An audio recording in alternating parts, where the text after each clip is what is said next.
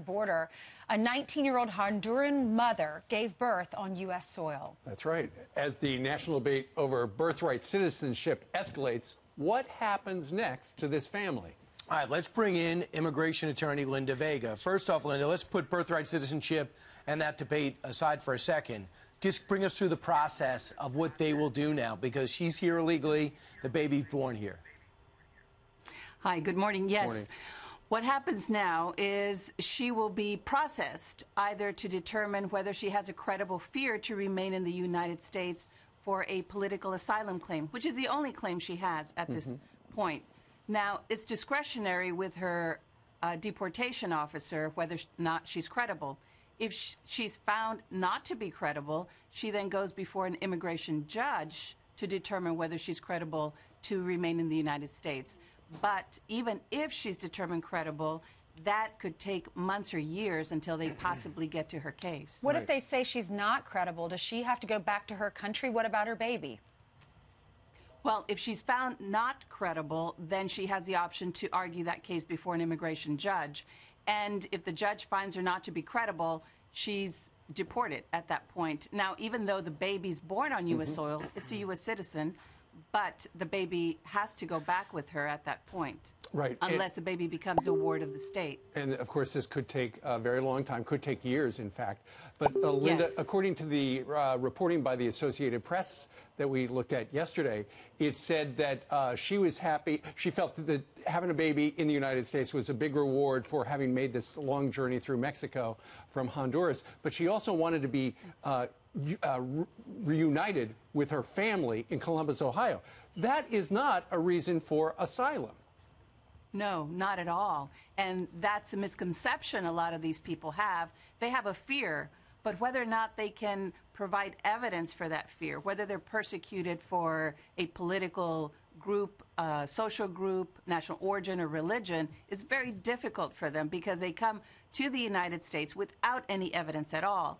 But because of the backlog in immigration court, they would be allowed to stay in the United States until their case is pending. So she's got a plan, and this is the plan that's been executed over and over again. And when that child becomes, let's say, 14 or 15, he will have no problem coming to this country. If he's forced back to Central or South America, he'll have no problem getting back to this country because they'll say, oh, you're an American citizen, correct? Correct, yes. And it won't be until he's 21 years old 21, okay. where he can adjust his family. So it's a long way away, but nevertheless... Through chain migration, he can bring his family and make...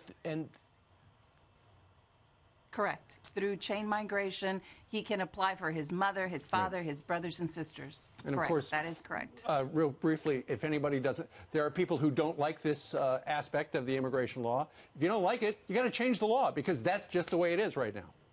Correct. That under immigration law, that is correct. You adjust your family if you're an American citizen or naturalized. A lot of people think that birthright citizenship is not being interpreted correctly. Are you one of them? Well, birthright citizenship, I mean, it's very broad under the 14th Amendment and the first clause, and even in the Immigration Act, if you're born on U.S. soil and subject to the jurisdiction. Subject to the jurisdiction may mean you're born in an embassy, you're born on a military base. Yeah, we're going to talk about this again.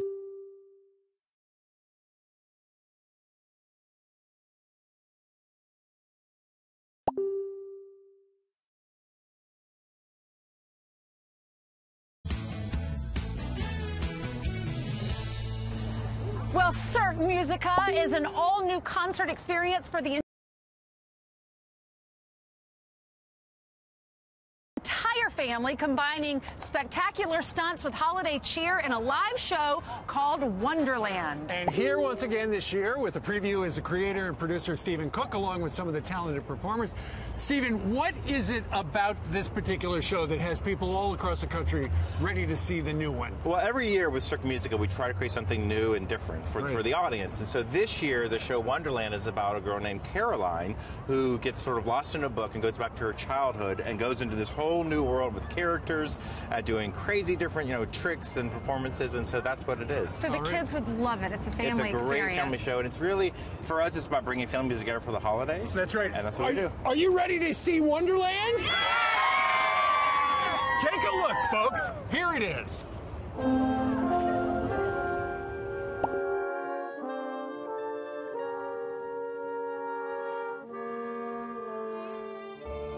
There is a world for you and me.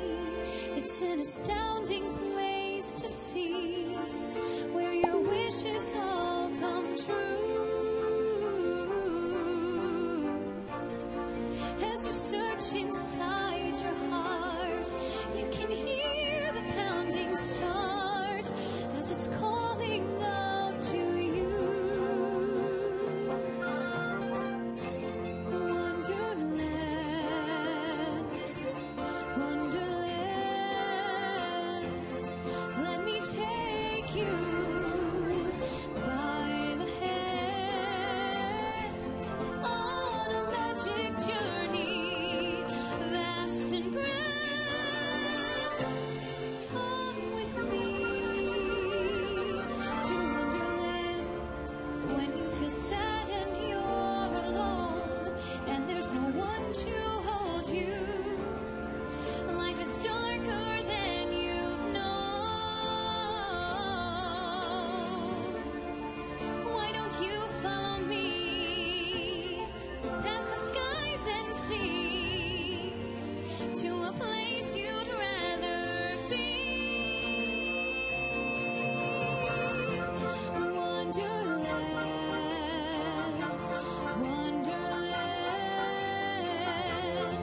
unexpected, never planned, where every wish is granted on command. Wonderland.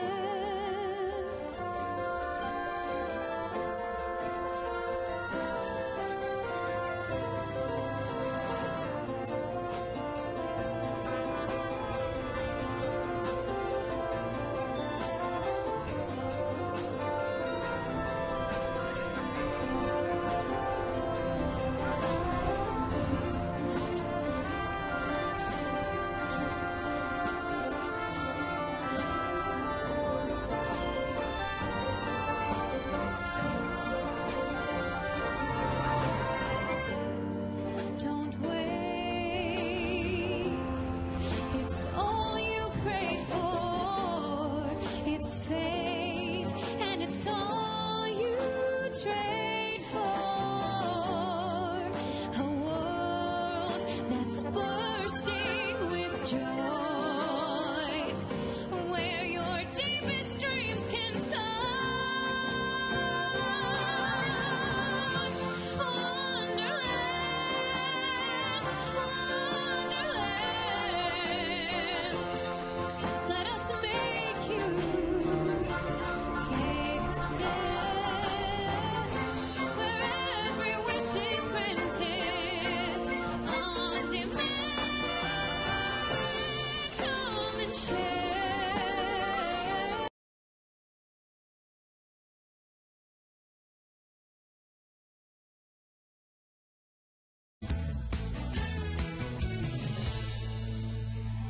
Within 24 hours of this caravan family illegally scaling the border wall, a 19-year-old Honduran mother gave birth on U.S. soil, renewing national debate over birthright citizenship. Our next guest is the daughter of political refugees, her family escaping communist Cuba before she was born.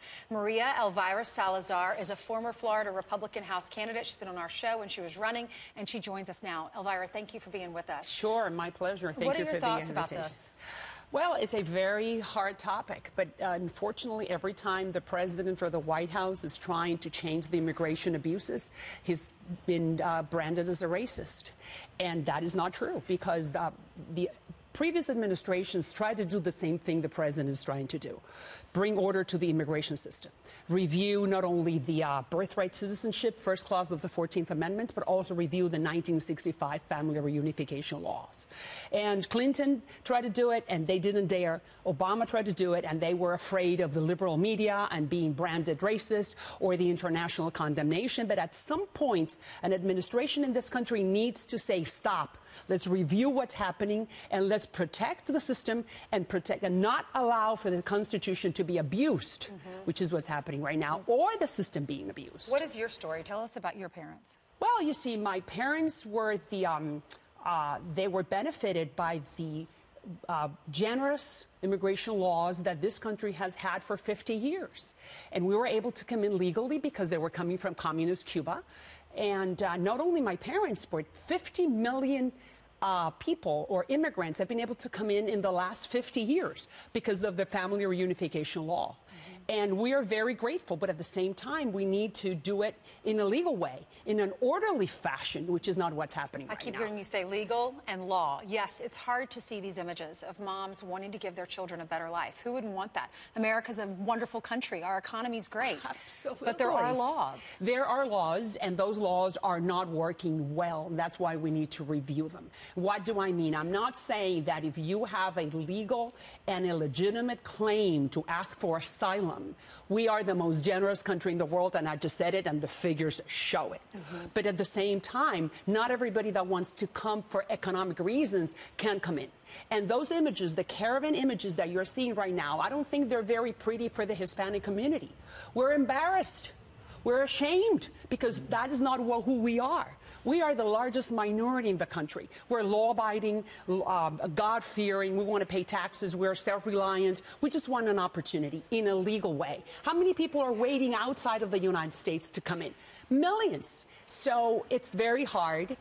It's very difficult, but somebody had to come, an administration had to come and say, okay, let's review, let's fix it. It has to be frustrating for the people that are doing it the right way, that are on the list, that are waiting their turn. Very frustrating. And they say, hey, it's my turn. I need to be coming in. But then at the same time, you see, which is while I was running for Congress, I kept on saying to the House of Representative leadership that what the president needs to do is to nip it at the bud, need to go to the root of the problem so we will not have any more caravans. Because this is the first of many. Because, you know, hey, if you live across the street and my house is the prettiest one, I want to go to the pretty house. We're seeing more and more of them, more and more caravans. And what do we need to do? I've been saying it. Let's go to Honduras, Guatemala, and El Salvador. Those countries are exporting the overwhelming majority of the people we're looking at the caravan. And let's say, hey, how can we help you keep your boys home?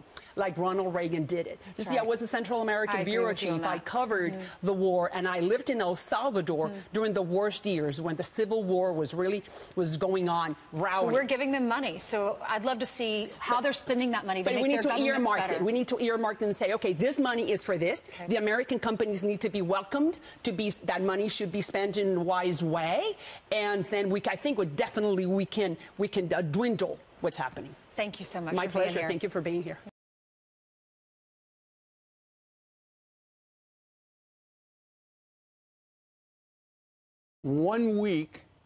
This week marked the one-year anniversary of President Trump recognizing Jerusalem as Israel's capital city and moving the U.S. Embassy there, as promised for decades by other presidents. All right, Fox and Friends weekend co-host Pete Hegseth just sat down with the Israeli Prime Minister Benjamin Netanyahu to talk about this and much more. That's right. Pete joins us now with a sneak peek. He's back. Yes, back. In fact, last night I was at the Western Wall with lighting of the menorah for the 5th day of Hanukkah with the Prime Minister, Bibi Netanyahu, and our U.S. Ambassador, David Friedman. It's the first time the menorah has ever been lit at the Western Wall with a U.S. official. I mean, more symbolism a year later of how closely these two countries are linked. And that's what I asked Bibi Netanyahu about in a portion of the interview. 1 year later, has it changed the U.S.-American relationship? Listen. How much does America mean to Israel, and how much has the last year meant after President Trump's decision? Our relations with the United States are based on a deeper thing, the deepest of bonds. It's the bond of values, of a common heritage, of a belief in a common destiny, of freedom and democracy and truth. And this has been the basis of America's support for Israel from day one when President Truman recognized Israel. Yes. That was a historic decision. And President Trump's proclamation is a historic decision which carried the relationship to even higher ground. Israel's relations with the United States have never been stronger. He says the relationships have never been stronger. You see that through the relationship on the ground with the U.S. ambassador and when President Trump went and visited with Bibi Netanyahu. But like our president, there are investigations going on over there. We asked you about that yesterday. You asked me about it yesterday, and so I felt the obligation to ask Bibi Netanyahu about that as well. about the fact that there are investigations on him and why he fights. Listen. If you go to the States today, you read headlines about a president under investigation. You come here, I see headlines of a president under investigation. How are you taking on the flood of that? Well, look, I won't tell you it's the nicest thing in the world, but I'm confident that the truth will out. And when the truth, I'm confident about the truth you see, historical truth and present-day truth. The truth will out. The good guys win. Why do you fight the way that you do? Because I think that my generation has a special mission. It's different from my father's generation. They re-establish what was lost.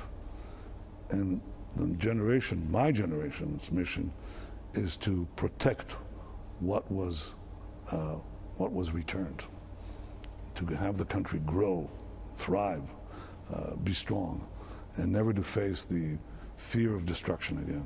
This is certainly a man on a mission, and if you ask him, his supporters, they say his critics in the media, they can't beat him at the ballot box, so they're trying to beat him with trumped-up witch hunt-like investigations based on cigar and champagne and old relationships from the past that they're now bringing up because he is so popular, now 10 years as the prime minister.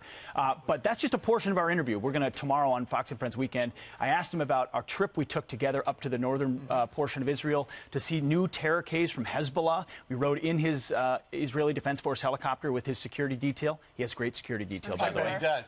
And we were able to interview him about that as well as go see some of the briefings up there. Some of this for Fox Nation? And then some of this on Fox Nation, too. Actually, the largest part of that interview, about 12 minutes plus of it, was about Jerusalem and the battle for Jerusalem, that historic city. You know, Jews, Christians, Muslims all see it as a center place of their faith. Well, there's a lot of politics and a lot of excavation and a lot of finger pointing and a lot of stress still in those locations, holy sites. For Fox Nation, we're going to have an in-depth documentary. What was it like for you to go to the Holy Land? Well, it's amazing. It's my 4th time there. I've spent a lot of time in Jerusalem. I love the city and the relationship we have to the Jewish people, and I think we're going to get a chance to tell a deeper story about why it's still so relevant today on Fox Nation. So get it, Fox Nation. And you'll be anchoring this weekend? We'll see more of it tomorrow? I'll be here with Ed. I'm stuck with him for 8 hours. Okay. Yeah. And then you go see him in the green room. Yeah, I'll go see him right now. All right.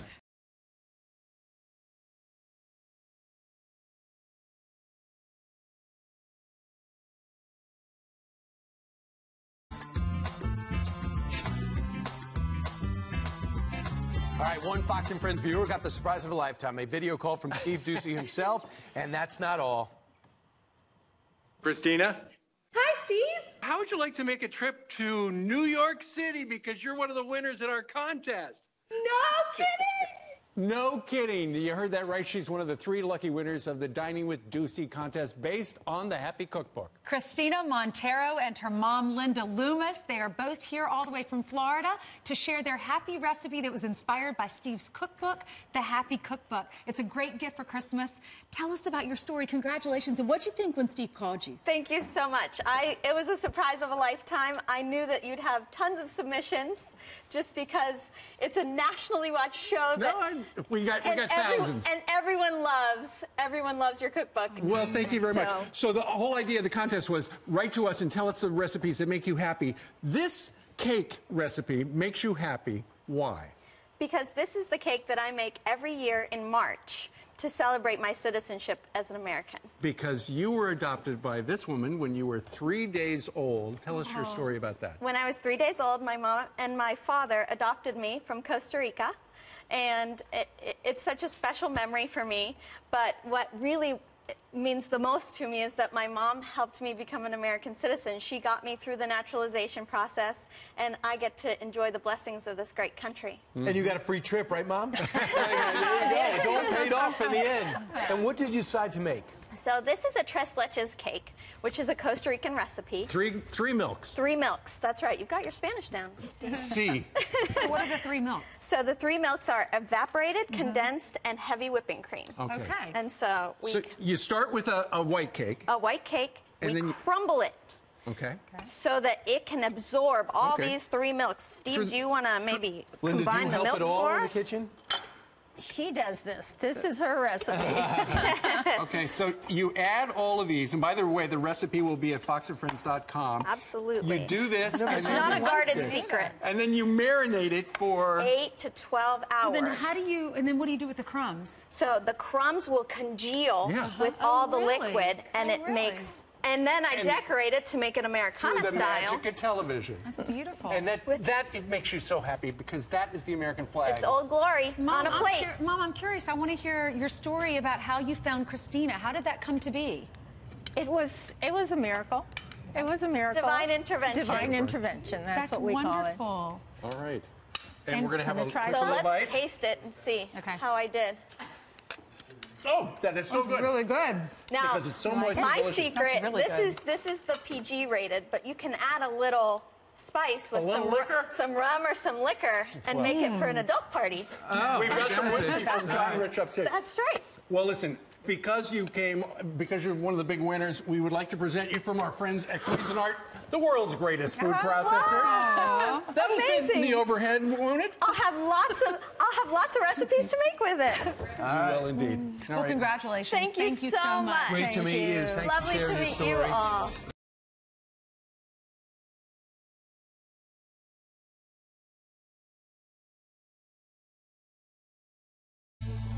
As Americans say their final goodbyes to President George H.W. Bush, our next guest shares his own memory of the time that he sent the late president a very special birthday wish and the response that he got from 41. Take a listen. Mr. President, this is John Rich wishing you a very happy 85th birthday. It wasn't for the good Lord and the man. John, this is George Bush. I'm very touched by it. I love your music, and I love this song particularly. So you're guaranteeing me a happy 85th birthday.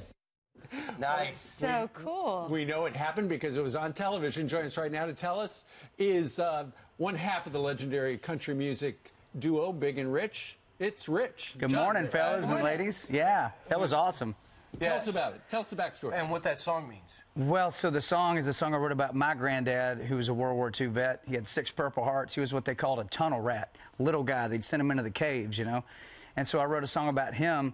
But then knowing that President Bush was also World War II and it was his 85th birthday, I missed singing it to him live, so I left it on his answering machine. And then he called me back, and I played phone tag and missed him. But I'm kind of glad I missed it because now I have it. You know what I mean? Tape. Otherwise, I'd be telling you're not going to believe George Bush. No, he didn't. But no, we have that, and you know, I just think it's the song honors World War II vets, the greatest generation. Yeah. It says if it wasn't for the greatest generation, then the ones still fighting for our nation. Because of that, I've never had to kill for my way of life. Yeah. And when you walk into your house, to your left is your grandfather's uniform, right? That's right. His World War II uniform's there. My other granddaddy fought in Germany, so you know those guys literally saved the world. And now we got guys and girls out there fighting for the American dream, and we have a lot of respect for them in country music, and we write songs about them. Why do you do so much for the troops? Because without them, the American dream is dead. You know, I think we can talk about all the rights that we have, but the overarching thing is the American dream. You got the right in this country to go for it. And you guys are following your American dream. I'm following mine. Everybody out there watching has a shot. Doesn't mean you're going to get it, but at least you've got a shot to go for it. And speaking of you got a shot, let's talk a little bit about this. Wow, we brought a few extra bottles for you guys. Okay, this is your whiskey. It is. Redneck Riviera, named, what came first, the bourbon or the joint you've got down on Broadway in Nashville? Well, so Redneck Riviera downtown in Nashville was being built, and I said, I've always been a Crown Royal drinker. You have been. Which is Canadian, Canadian blend. I do, Canadian blended whiskey, and I said, well, that's Canadian blended. Where's the American blended? And nobody really had anything called that, so I went to work on this in 17. It's now in 41 states. We give 10% of every bottle back to these guys, the Folds of Honor, which I know y'all support as well. We just wrote a check on behalf of Redneck Riviera Whiskey that covered 37 college grants with Folds of Honor. Wow, that's fantastic. And I was there for the launch of this. It really went into, a lot went into the making of this. It did, yeah. You're not just winging it. No, and I don't endorse it. I own it. So, like, the glass is made in America. The cork is made in America. I mean, it's 100% American. It's the smoothest stuff out there. And I give back the Folds, which to me is the best of both worlds. It's just redneckriviera.com. You go to that, and there's a store locator. You put your zip code in. Boom. 41 states in 11 months. It's incredible. I love the Get Down kit. And it's not the Get Down kit. It's G-I-T. Yeah. So that's a bottle of Redneck. That's a bottle of Redneck and 2 bags of jerky just for Christmas.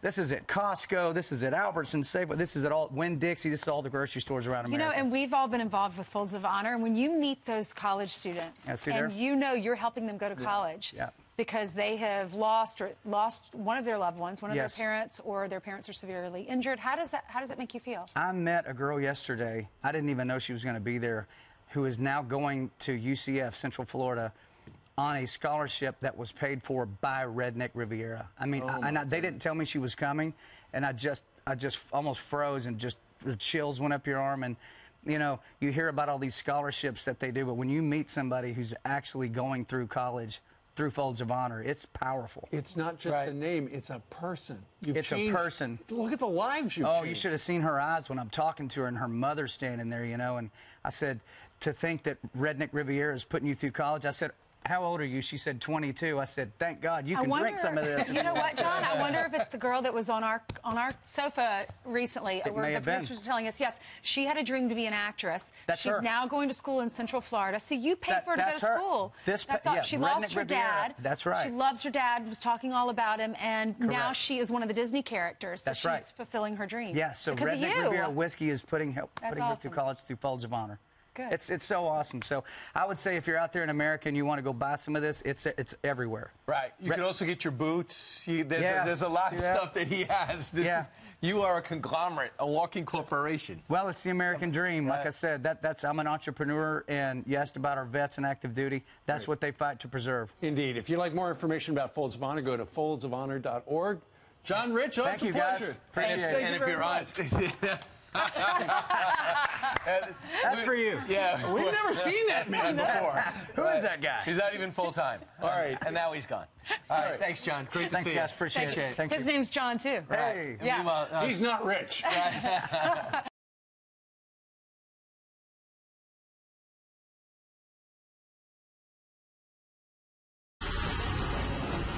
All right, House Democrats are pushing a plan to take guns away from their fellow lawmakers. California Congressman Jared Huffman, backed by Nancy Pelosi, looking to roll back a decades-old Capitol Hill regulation that allows members of Congress to carry guns on Capitol grounds. Huffman says it's all about making the Hill safer. But is there something more behind it? Here to weigh in is a member of the Second Amendment Caucus, Congressman Jeff Duncan of South Carolina. Congressman, what's he up to? Well, Brian, first off, we have to look at the words of Hawaiian Senator Hironi this week that the Democrats know and are smarter than their voters.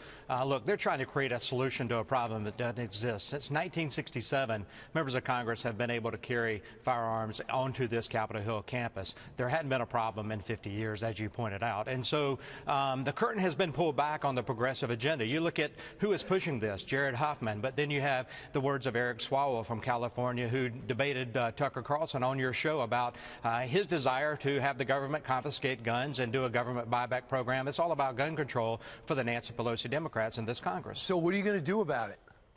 Well, it's a rule change, and what effect it will have, it's really up to a board of the Capitol Hill Police and the architect of the Capitol, Sergeant at Arms, to determine how the rules applied and what applies to members of Congress. Regardless, this is all for show. But it does show the American people that if the Democrats can't trust their own colleagues, members of Congress, that are law-abiding gun owners, Second Amendment practitioners, then they probably don't trust the American people, and they're probably going to come after your guns through this Congress and bills passed through the House. Is this part of the incremental movement that's out there, you believe, that has you on the Second Amendment caucus?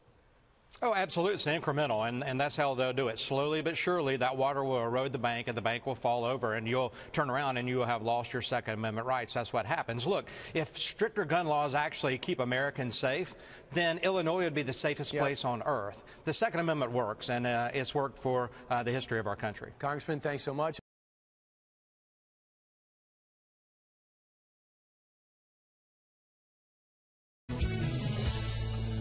This year in the state of Illinois, in the Capitol building in Springfield, they now have added a satanic statue to its official holiday display between a Christmas tree and a menorah.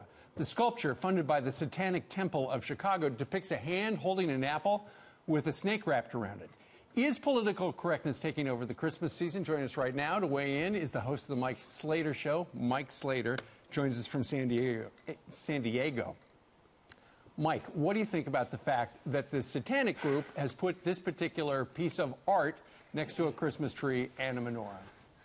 Yeah, you know, Steve, with this story in particular, I used to get really outraged by this, but right now I feel sad. I feel sad for them.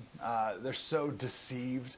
I think this is a sign of how prosperous we are here in America, where these people don't think they need God, and they get their kicks out of mocking God. They get their kicks out of mocking this religion and mocking Christmas in general. But I'll tell you, it's not going to affect my walk with God. It's not going to affect what happens inside my house. It's not going to affect what I teach my kids and the Bible. So I just feel sad for these people. A friend of mine just got back, 2 days ago, got back from a Middle Eastern country, and he had to go to underground churches where they had one Bible, and truly, if they got caught, they would be killed. So people over there aren't worshiping Satan openly. So it's a shame that Americans here are abusing the freedoms here when they could be worshiping God. Well, there in Illinois, the Secretary of State spokesman, Dave Drucker, said this: under the Constitution, the First Amendment, people have a right to express their feelings, their thoughts. This recognizes that. So clearly this organization is trying to provoke something. And I saw your expression. Yeah. It worked on you. All right. Meanwhile, let's talk a little bit about this. Out in Nebraska, I believe in the Omaha area, a grade school principal has banned candy canes because, you know, she says that J's shape, forget about the fact that it was patterned after a shepherd's hook. The J stands for Jesus. So you can't do that there. Oh, my gosh, Steve. So here's the deal. The atheist progressive left, they will never stop, right? So it wasn't that long ago when they got rid of prayer in school. We got rid of the 10 Commandments in courtrooms. We got rid of all religious songs from school plays, and it's now not called Christmas anymore, right? So it wasn't that long ago. But they'll never stop. That's the point. They're now at the point where they've gotten rid of all this other stuff. Now they just have to make stuff up. I don't know of a single Christian who has ever thought of the candy cane as a religious symbol. I'll tell you, my church, we do not replace the cross with a candy cane every Christmas season. I've never heard of that, but they'll never stop. I'm amazed that they still play the Charlie Brown Christmas on TV, right? It's just a matter of time before they remove everything from our daily life. Here's the statement from the school district. The memo does not reflect the policy of Elkhorn Public Schools regarding holiday symbols in the school. And I think the teacher, the principal, is in hot water. So it looks as if they're dealing with it out in Nebraska. Mike Slater, always a pleasure. Sir, thank you very much. Have a nice weekend. All right. Thank you.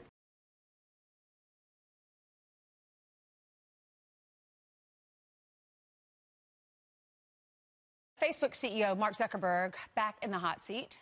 British lawmakers releasing 250 pages of email suggesting that Facebook prioritize growth and profits over their users' privacy. So here to break down what these emails mean for you as a Facebook participant, national and cybersecurity contributor for The Hill and senior fellow at the Center for Digital Government, Morgan Wright. Morgan, thanks for being with us. You bet, Ainsley. So they release these emails. They seize these emails from Facebook, 250 different emails. UK Parliament does this. What did they find in those emails? What they found out is that we are worth about 10 cents apiece to Mark Zuckerberg because that's the price he put on you and me. So between you, me, and Steve, we're worth 30 cents to Mark Zuckerberg, and he was going to sell that to the companies. Now they come back and they say, well, no, we didn't really consider it. Look, if your moral compass says we don't sell user data, we never will, and yet you have these discussions, you've now started down that slippery slope to where one day it becomes easier and easier to think about selling our data. So in Silicon Valley, there's a saying that says when it's free, you're the product. And so we're the product. Absolutely. And Facebook famously, Morgan, has said a million times, we don't sell your information, although they did put a price of 10 cents per year on it. But so what? I mean, Facebook is a private company. They can do whatever they want, can't they?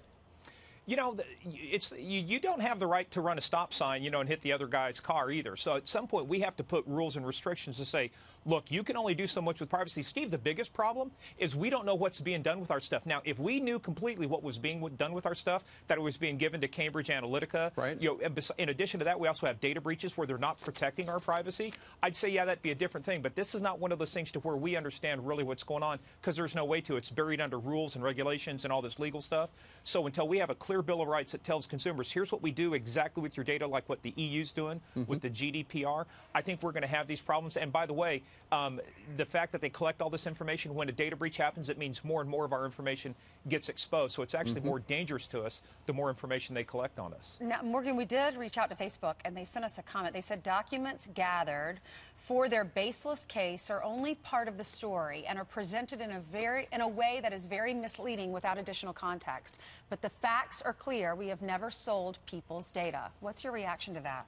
I think it was George Orwell wrote a book called Animal Farm where he said, look, some animals are more equal than others. Right. Some data is more equal than others. They weren't going to charge for that. What they were going to do is say, look, you advertisers, if you spend more money with us, you're going to get more access to more user data. So technically, maybe they aren't selling data, but on the other hand, there is definitely a quid pro quo. You advertise more, you get more access to our data. And again, they're collecting it from us for free. So look, here's what we're boiling down to. At some point, as much as I don't like government regulation, we've tried the litigation, we've tried the regulation, and now it's going to end up with legislation like Sarbanes-Oxley. We're going to certify about what they do with our data, that they're protecting it right, and there ought to be penalties for misuse. But here's the problem, Morgan, and you've seen some of these hearings on Capitol Hill where some of these experts from Silicon Valley are grilled by lawmakers, many of them in their 70s, who have no idea how this stuff works. It's just... It's complicated business, and D.C. doesn't have a handle on it.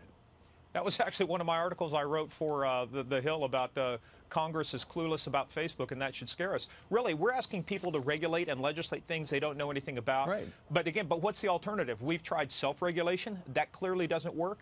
Do we leave it to the courts and sue the pants off of people? At the end of the day, Facebook, Google, Twitter, what they call FANG, the big ones, the Amazons, they've got more money. They'll throw lawyers at it, and we'll get buried under legal warfare, lawfare. So at some point, I do think, as much as it doesn't seem like it's the best solution, once Sarbanes-Oxley really kicked in, how many companies have we had with accounting scandals and fraud like the Enron and the Tycos and the Adelphia? It's gone down to zero. All right, Morgan Wright, thank you so much. And for reminding us of Animal Farm. My mother made me read that book. It was on her bookshelf in my grandmother's house, and I had to read it one summer. Thank you so much. Great to see you.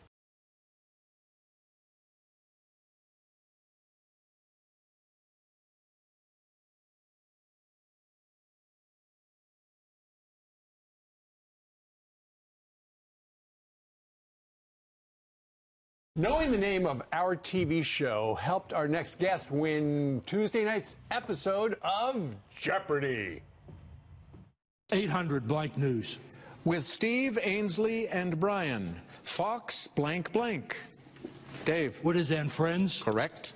The reigning champ has earned $81,000 since Monday, since that episode. Joining us right now is retired police officer who might be a viewer, Army veteran and Jeopardy contestant, Dave Leffler. Dave. Good morning. How concerned were you when you picked that category that you would not have the answers to the questions? Because you're purely a Fox viewer, aren't you?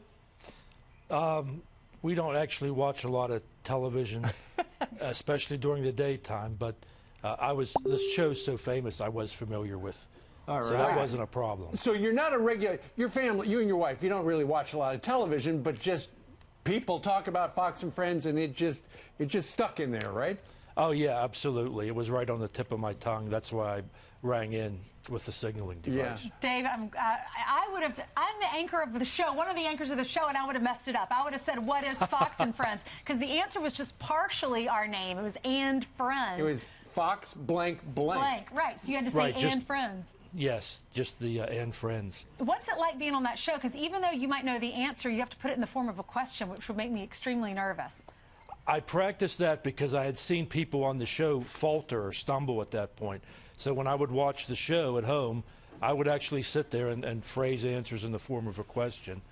And the signaling device is very important because one of the things that one realizes is when you get there, most of the people around you know most of the answers most of the time. Right. So signaling in first is very important.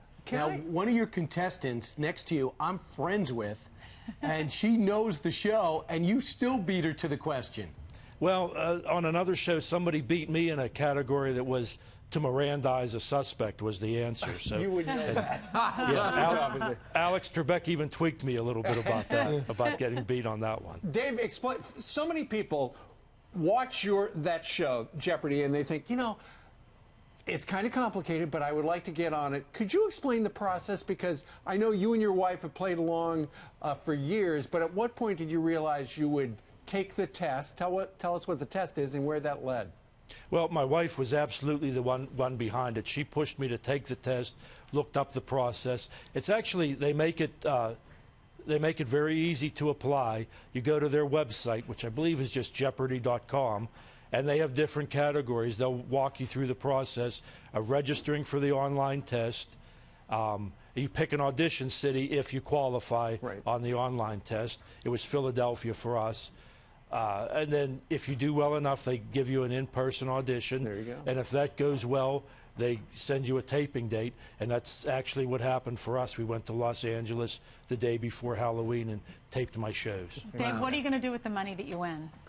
We've talked about maybe taking an Alaskan cruise. That's something that we've had in the back of our minds for a while. My wife has a classic car that I'd have the time and now finally some money to restore. So those are two things, and we'll think about some more. Dave, let me ask you the exit question. And do this in the form of a question like you would be on Jeopardy. What is your favorite morning show? What is Fox and Friends if I watch morning television? Very good, Dave. Well, thank you for giving back to veterans. Thank you for serving our country. Thanks for coming on today. May I real quickly mention the Working Warrior Foundation? That's the charity that I volunteer for, and my wife is very involved in. She is. Their mission statement is empowering veterans to succeed while helping businesses to thrive, matching veterans to employers. We'll put a link on our website. Thank you so much. You're smart and charitable. We appreciate it. You're very kind. Thank you for your interest.